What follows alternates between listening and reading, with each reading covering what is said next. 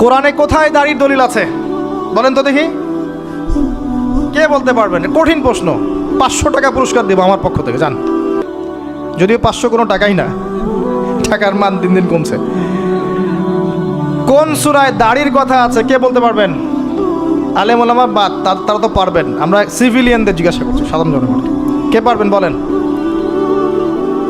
কোন সূরায় দাড়ির কথা আছে? দাড়ি, কোরআনে একটা জায়গায় দাড়ির কথা আছে, কে বলতে পারবেন?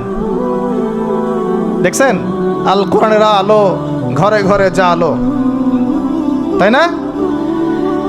স্লোগান দিয়ে কাজ হবে না ভাই, প্রত্যেক ঘরে ঘরে কোরআনওয়ালা মানুষ তৈরি করতে হবে, তারপরে আলো অটোমেটিক ঘরে ঘরে জ্বলবে ইনশাআল্লাহ। আচ্ছা যাক, আমার টাকা বেঁচে গেল। সূরা তহায় আছে। কোথায় আছে?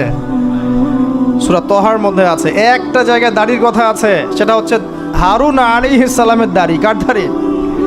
হারুন আলাইহিস সালামের দাড়ি। মুসা আলাইহিস সালাম ফেরাউন থেকে এই যে দলবল নিয়ে পার হওয়ার পরে, বনু ইসরায়েলকে নিয়ে পার হওয়ার পরে আল্লাহ পাক তাকে 40 দিন ডেকেছেন তুর পাহাড়, মনে আছে? তুর পাহাড়ে তিনি গেছেন। এই ফাঁকে বনু ইসরায়েল শিরক করা শুরু করেছে, এই যে বাছুর পূজা শুরু করেছে, মনে আছে? পড়েন নাই কখনো?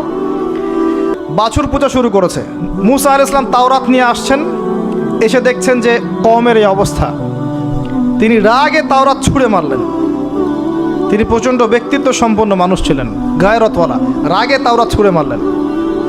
এবং এসে এই যে হারুন আলাইহিস সালাম যাকে রেখে গিয়েছিলেন যে কওমকে দেখাশোনা করবে, তার দাড়ি চিপে ধরলেন।